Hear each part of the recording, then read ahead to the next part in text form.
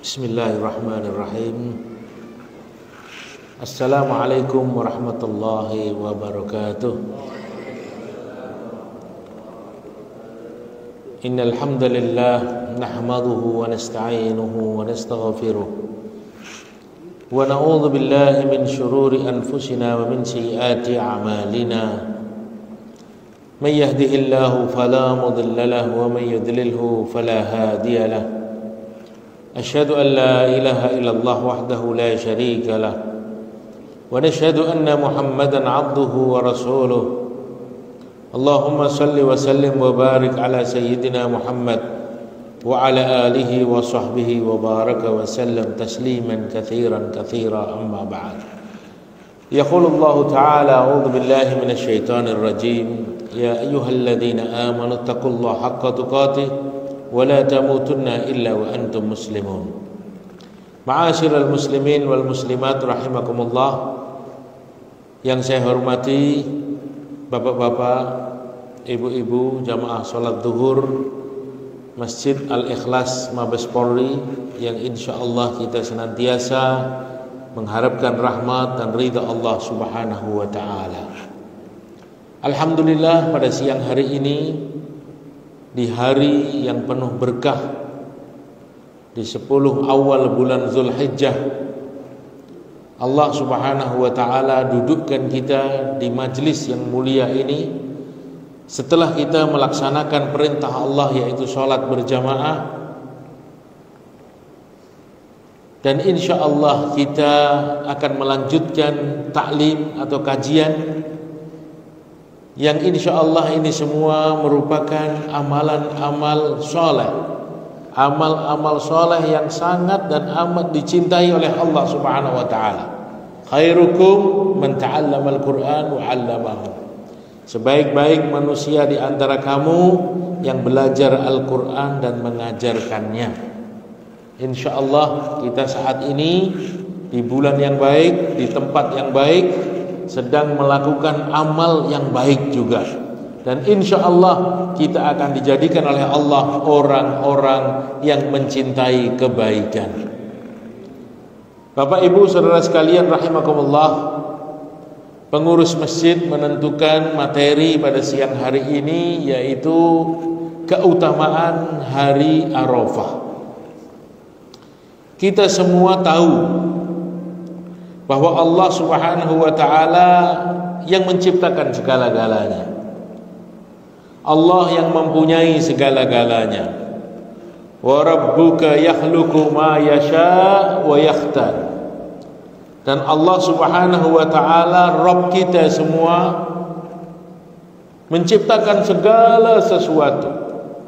Menciptakan hari, menciptakan bulan, menciptakan manusia, menciptakan nabi, menciptakan tanah, menciptakan api, menciptakan pohon, binatang, semua adalah ciptaan Allah. Yakhluqu ma yasha. Allah menciptakan segala sesuatu wa yakhtar, dan Allah berhak untuk memilih sesuatu ciptaannya. Allah berhak untuk memilih sesuatu yang diciptakan oleh Allah. Misalnya Allah Subhanahu wa taala menciptakan hari. Ada hari Jumat, ada hari Sabtu, ada hari Ahad, Senin, Selasa, Rabu, Kamis. Dan Allah Subhanahu wa taala berhak untuk memilih di antara sekian banyak hari, mana hari yang terbaik. Khairul ayyam tala'at alaihi syams yaumul jum'ah. Sebaik-baik hari yang pernah disinari oleh matahari adalah hari Jumat. Fihi khuliqa Adam. Di hari Jumat diciptakan Nabi Allah Adam. Wa udkhilal jannah. Di hari Jumat dia dimasukkan ke dalam surga. Wa ukhrija minha. Di hari Jumat juga beliau dikeluarkan dari surga. Wala taqumu sa'a illa fi yaumil jum'ah. Dan tidak akan datang hari kiamat kecuali di hari Jumat. Itu hak Allah untuk menentukan mana hari terbaik untuk kita. Kemudian Allah Subhanahu wa taala juga menciptakan manusia. Kita ciptaan Allah orang Arab ciptaan Allah, orang Indonesia ciptaan Allah, orang Amerika ciptaan Allah. Semua manusia adalah ciptaan Allah. Dan di antara sekian banyak manusia yang ada di dunia ini, Allah memilih, Allah menentukan mana yang terbaik di antara yang baik-baik. Maka Allah Subhanahu wa taala pilih para nabi, manusia-manusia pilihan, manusia-manusia yang terbaik di antara yang baik. Dan di antara para nabi pun Allah Subhanahu wa taala memilih lagi, yaitu ulul azmi, nabi-nabi khusus, Nabi Isa, Nabi Ibrahim, Nabi Musa, Nabi Nuh alaihissalam, dan Nabi Muhammad sallallahu alaihi wasallam. Di antara nabi-nabi yang dipilih oleh Allah, ada seorang nabi yang menjadi sayyidul anbiya wal mursalin, pemimpin para nabi dan para rasul, yaitu baginda Rasulullah sallallahu alaihi wasallam. Siapa yang memilih? Allah Subhanahu wa taala, karena semua adalah ciptaan Allah. Begitu juga tempat. Di dunia ini banyak tempat.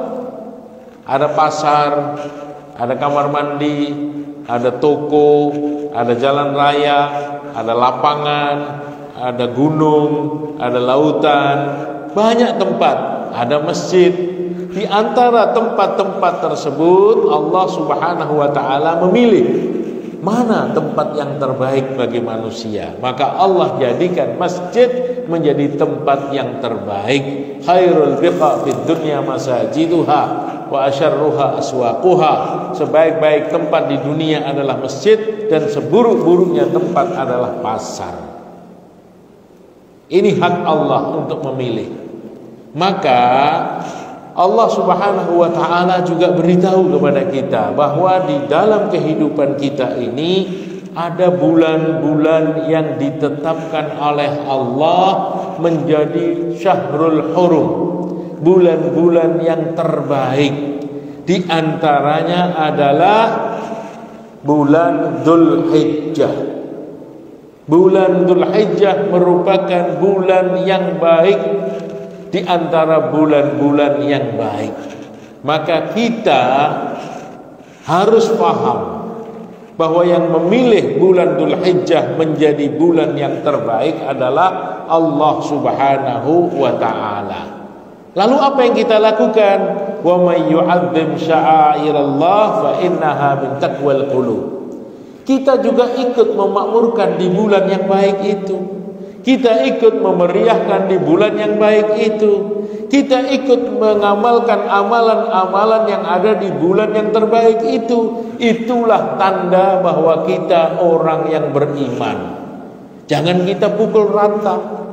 Bulan itu sama saja, semuanya bagus. Memang semua bagus, tapi di antara yang bagus ada yang lebih bagus, ada yang terbagus. Maka Allah Subhanahu wa taala melalui Nabi sallallahu alaihi wasallam memberitahu kepada kita bahwa bulan ini adalah bulan yang sangat mulia, bulan yang sangat agung. Bahkan di dalam hadis Nabi sallallahu alaihi wasallam bersabda, "Ma min ayyam al-amal salih fiha ahabba ila Allah min hadhihi al-ayyam," yakni al-ayyam al-ashr. Tidak ada hari yang mana amal saleh lebih dicintai oleh Allah Subhanahu wa taala dibandingkan amal yang dilakukan di 10 hari, yaitu 10 awal bulan Dzulhijjah. Coba bayangkan, tidak ada amal yang lebih dicintai oleh Allah. Tidak ada amal soleh yang lebih dicintai oleh Allah dilakukan oleh seorang hamba dibandingkan amalan yang dilakukan di 10 awal bulan Dzulhijjah. Sahabat heran dengan pernyataan Nabi. Maka beliau bertanya, mereka bertanya, "Walal jihad fi sabilillah ya Rasulullah?" Apakah amal 10 awal bulan Dzulhijjah itu bisa dibandingkan dengan jihad fi sabilillah? Nabi sallallahu alaihi wasallam jawab, "Walal jihad fi sabilillah." Tetap lebih baik dibandingkan jihad fi sabilillah. Illa, kecuali rajulun kharaja bi nafsihi wa malihi wa lam yarji' min dalika bi syai'. Kecuali seseorang yang keluar dari rumahnya membawa seluruh hartanya dan dirinya untuk berjuang di jalan Allah, kemudian dia syahid dan tidak kembali dengan apapun. Hanya itu yang bisa mengalahkan amalan di 10 awal bulan Dzulhijjah. Maka kita harus bersyukur karena hari ini dan hari-hari sebelumnya dan hari di depan kita nanti, kita ada di hari yang terbaik untuk kita melakukan amal saleh. Bahkan ulama berpendapat bahwa 10 awal bulan Dzulhijjah tidak kalah hebatnya dibandingkan dengan 10 akhir bulan Ramadan. Tidak kalah hebatnya. Kita lihat bagaimana semangatnya umat Islam mengamalkan amalan ketika dia mendengar telah datang 10 akhir bulan Ramadan. Berbondong-bondong untuk meraih pahala, berbondong-bondong bersedekah, berbondong-bondong membagikan zakatnya, berbondong-bondong menghatamkan Al-Quran, iktikaf di masjid. Kenapa? Karena di dalam 10 akhir bulan Ramadan terdapat Lailatul Qadar, malam yang mulia, malam yang lebih baik dari 1000 bulan. Lalu apa yang ada di dalam 10 awal bulan Dzulhijjah? Di 10 awal bulan Dzulhijjah ada yang namanya Yaum Arafah, hari Arafah, Al-Hajju Arafah. Haji adalah Arafah. Puncak manasik haji adalah Arafah. Maka seseorang yang dia sampai di padang Arafah dengan berpakaian ihram di tanggal 9 Dzulhijjah, maka hajinya dianggap sah. Dan siapa yang tidak sampai di padang Arafah pada tanggal 9 Dzulhijjah, maka hajinya dianggap tidak sah. Kenapa? Al-Hajju Arafah, kata Nabi. Haji adalah Arafah. Maka orang-orang yang datang ke Makkah Mukarramah, datang ke negeri Saudi Arabia untuk menunaikan ibadah haji, setelah sampai di sana dia sakit, masuk ke rumah sakit, maka pemerintah Arab Saudi memerintahkan untuk yang sakit itu dipakaikan pakaian ihram, dengan ambulan dia dibawa ke padang Arafah untuk ikut wukuf di Arafah dari waktu duha sampai tenggelamnya matahari. Karena itulah puncak manasik daripada haji. Maka 10 awal bulan Dzulhijjah tidak kalah hebatnya dibandingkan dengan 10 akhir Ramadan. Kenapa? Karena 10 akhir Ramadan ada Lailatul Qadar, dan 10 awal Dzulhijjah ada Yaum Arafah, ada hari Arafah. Apa yang ada di hari ini? Apa yang ada di hari Arafah? Apa yang ada di hari tanggal 9 Dzulhijjah? Nabi SAW bersabda, "Ma min yaumin aktsara man ayyu'tikallahu fihi 'abdan minan nar yaumal qiyamah min yaumi Arafah." Tidak ada hari yang mana Allah Subhanahu wa ta'ala lebih banyak membebaskan manusia dari neraka kecuali hari Arafah. Coba bayangkan bagaimana besarnya hari Arafah. Tidak ada hari yang mana Allah Subhanahu wa ta'ala lebih banyak membebaskan manusia dari neraka kecuali hari Arafah. Artinya apa? Bagaimana cara Allah Subhanahu wa ta'ala membebaskan manusia dari neraka? Dan mudah-mudahan kita juga faham dan kita dibebaskan oleh Allah dari neraka. Artinya adalah bahwa manusia ini sudah Allah Subhanahu wa ta'ala tetapkan tempatnya baik di surga ataupun di neraka. Dia menjadi penghuni surga atau dia menjadi penghuni neraka. Sudah ada ketetapannya. Ma minkum min ahadin illa waqad kataba maq'adahu minan nar wa maq'adahu minan nar. Tidak ada seseorang di antara kamu kecuali Allah sudah tetapkan tempatnya nanti. Apakah tempatnya di surga ataukah tempatnya di neraka.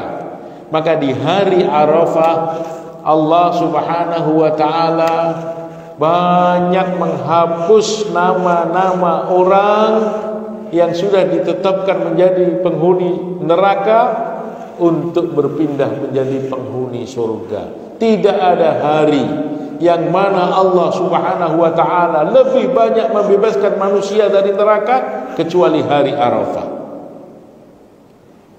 Maka hadis tersebut dilanjutkan lagi oleh Nabi, wa inna rabbahum layadnu ilaihim. Subhanallah.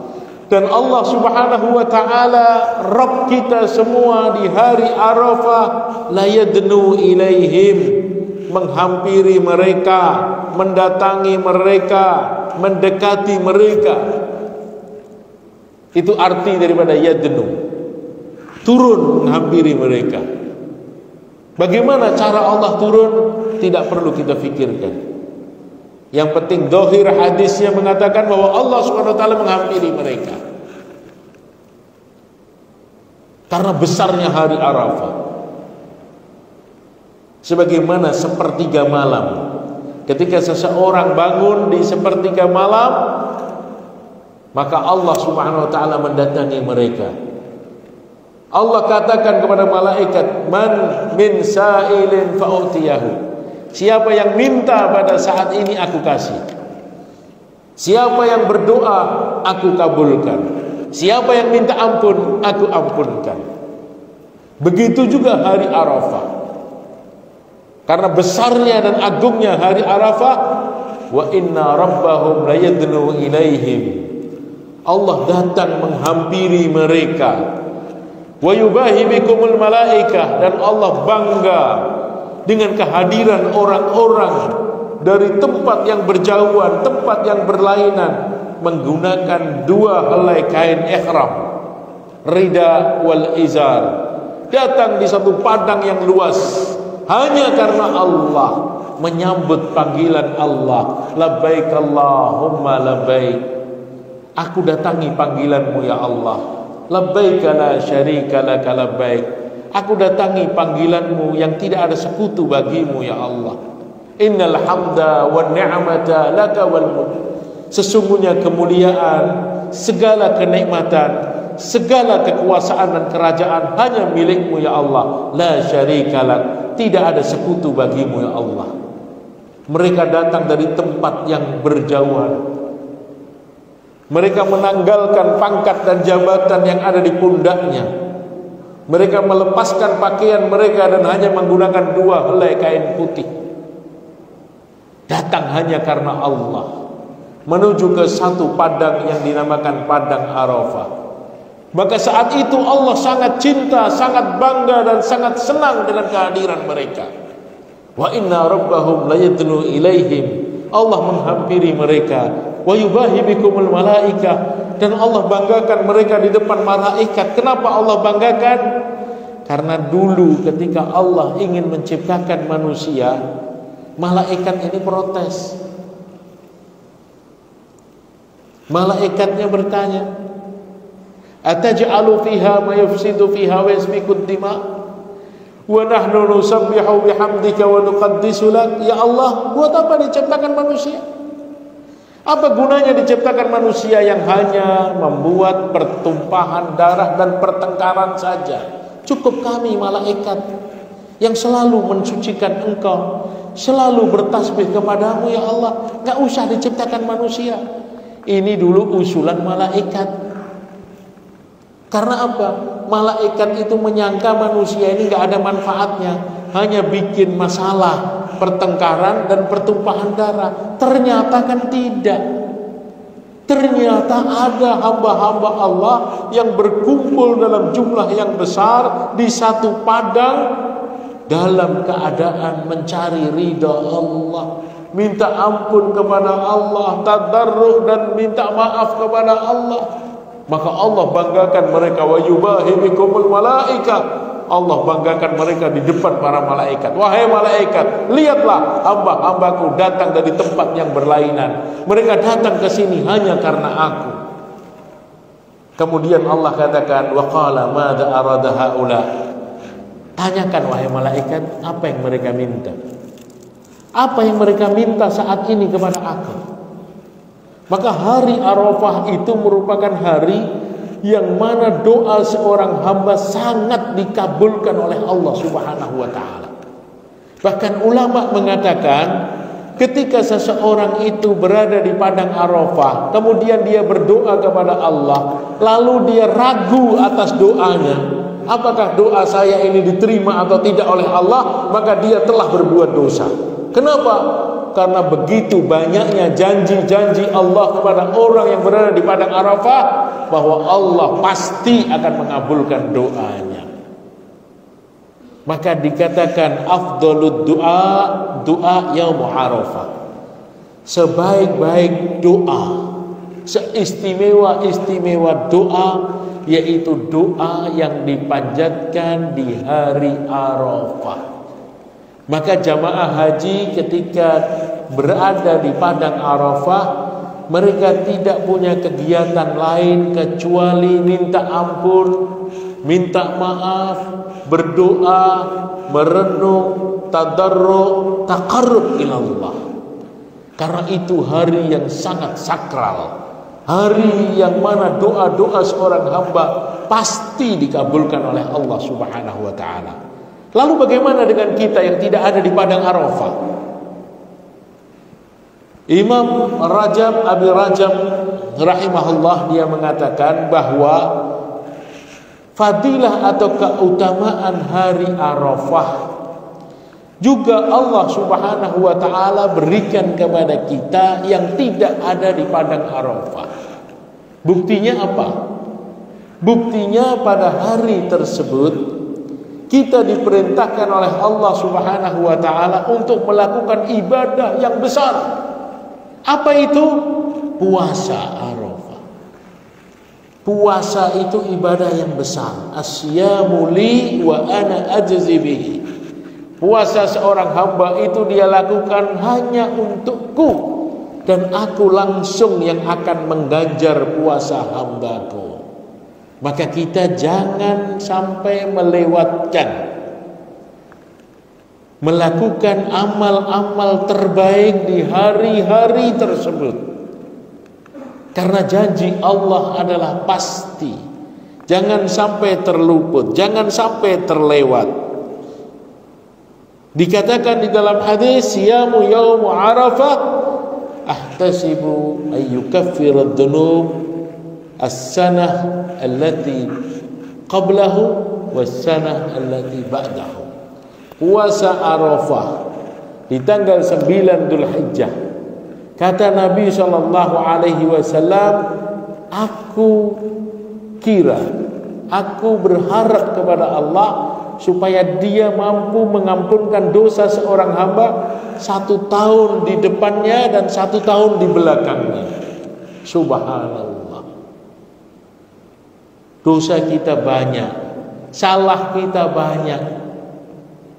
Kesempatan emas kita untuk meraih ampunan Allah Subhanahu wa taala bukan hanya dari hari-hari yang pernah kita lewatkan dalam kehidupan ini, tapi hari-hari ke depan pun dijamin oleh Nabi sallallahu alaihi wasallam. Artinya apa? Artinya ulama mengatakan bahwa 1 tahun ke depan diri kita ini akan dijaga oleh Allah Subhanahu wa taala untuk tidak melakukan maksiat. 1 tahun ke depan diri kita ini dijaga oleh Allah Subhanahu wa taala untuk tidak tercebur dalam perbuatan dosa. Karena kita diampunkan dosanya oleh Allah. 1 tahun yang telah lalu dan 1 tahun yang akan datang. Dan pendapat yang lain mengatakan bahwa insya Allah dengan kita lakukan puasa Arafah, Allah Subhanahu wa taala akan panjangkan umur kita. Kenapa? Karena Nabi SAW mengatakan bahwa puasa Arafah akan mengampunkan dosa kita 1 tahun yang telah lalu dan 1 tahun yang akan datang. Padahal kita belum tahu, belum tentu kita hidup. Besok saja kita tidak tahu di mana diri kita. Tapi kenapa sudah dijamin untuk diampunkan dosa kita? Artinya Allah akan jaga kita sampai tahun ke depan. Allah akan panjangkan umur kita, insya Allah sampai tahun ke depan. Kemudian tahun depan kita puasa lagi Arafah, insya Allah akan Allah panjangkan lagi umur kita. Itulah kemuliaan dan keutamaan daripada hari Arafah. Al-Hajju Arafah. Haji itu adalah Arafah. Kenapa dikatakan Arafah? Karena pada saat itu Nabiullah Ibrahim alaihi salatu wassalam tahu bahwa mimpi yang dia dapatkan sebelum tanggal 8 Dzulhijjah itu benar datangnya dari Allah Subhanahu wa taala. Karena datang mimpi kepada beliau, inni ara fil manami anni adbahuka fandur madza tara. Mimpi yang membingungkan dia, yang membuat dia gelisah dan bingung. Maka hari Tarwiyah 8 Dzulhijjah itu artinya Nabiullah Ibrahim merenung, apakah benar mimpi itu perintah Allah atau mungkin mimpi itu datang daripada setan. Dia merenung di hari Tarwiyah tanggal 8 Dzulhijjah.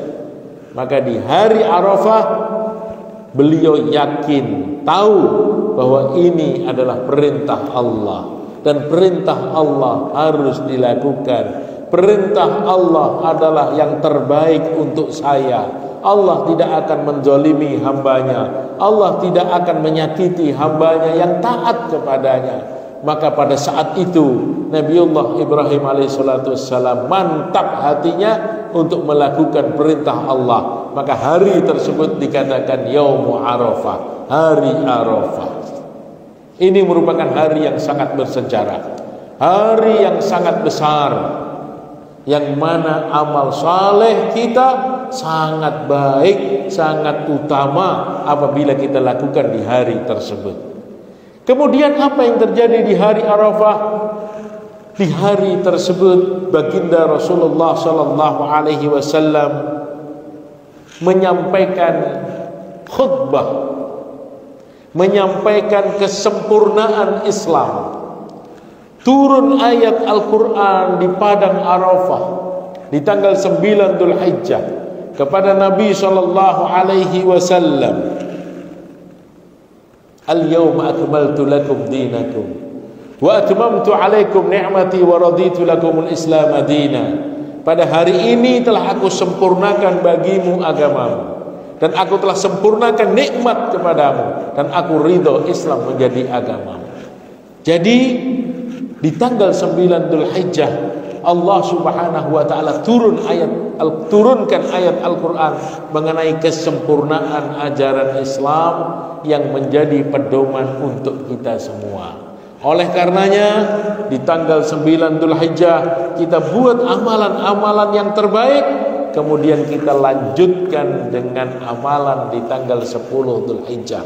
Apa itu amalannya? Fasholli li rabbika wanhar. Salatlah kamu untuk Rabb kamu dan sembelihlah hewan kurban. Dua amalan pada tanggal 10 Dzulhijjah.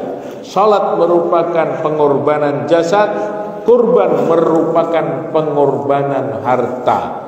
Ketika dua amal ini kita lakukan di waktu yang bersamaan, maka amal tersebut menjadi besar di sisi Allah. Maka tidak ada amalan yang lebih baik dilakukan oleh seorang hamba di hari nahar kecuali mengalirkan darah kurban. Ya, ma'amila adamiyun yauman nahar ahabba ilallahi min iraqatid dam. Tidak ada amalan anak cucu Adam yang lebih baik dia lakukan di hari nahar kecuali mengalirkan darah korban. Fa innahu ya'ti yaumal qiyamah biquruniha wa adfariha wa adlafiha. Karena binatang korban yang kita korbankan itu akan datang nanti berjumpa dengan kita di hari kiamat lengkap dengan tanduk-tanduknya, dengan kuku-kukunya dan dengan kulit-kulitnya. Wa malana ya Rasulullah, Wahai Rasulullah, tanya sahabat, kalau kita berkorban, apa yang kita dapatkan? Likulli sya'ratin hasanah. Setiap bulu domba, kambing, sapi, unta yang kamu korbankan akan menjadi ganjaran dan pahala untuk kamu. Dan itu merupakan bukti bahwa kita cinta Allah. Itu merupakan bukti bahwa kita tahu bahwa harta yang Allah titipkan kepada kita ini hakikatnya milik Allah. Ketika Allah minta, jangan kita tahan. Man wajada sa'atan walam yudhi fala yaqrabanna masjidana. Siapa yang punya kemampuan dan dia tidak mau berkorban, jangan sekali-kali dia mendekati masjidku, kata Nabi SAW. Kenapa orang tidak mau berkorban padahal dia mampu? Karena dia merasa harta yang ada pada dia milik dia, diri yang ada pada dia milik dia, sehingga dia tidak mau memberikan itu untuk Allah Subhanahu wa taala. Padahal Allah tidak butuh dengan daging kurban. La yanalullaha luhumuha wala dima'uha walakin yanaluhu taqwa minkum. Bukan darah dan daging kurban yang akan sampai kepada Allah, tapi yang sampai kepada Allah adalah tanda cinta kita kepada Allah. Pengorbanan yang kita lakukan di hari tersebut, itu yang sampai kepada Allah. Keikhlasan kita yang sampai kepada Allah. Mudah-mudahan kita semua diberikan taufik dan hidayah oleh Allah Subhanahu wa taala sehingga kita mampu melakukan amal-amal terbaik di tanggal 9 Dzulhijjah dan kita lanjutkan di tanggal 10 Dzulhijjah sehingga kita tergolong orang-orang yang dicintai oleh Allah, tergolong orang-orang yang menang, tergolong orang-orang yang dibebaskan daripada neraka dan ditetapkan menjadi penghuni surga. Subhanakallahumma wa bihamdika asyhadu an la ilaha illa anta astaghfiruka wa atubu ilaik. Assalamualaikum warahmatullahi wabarakatuh.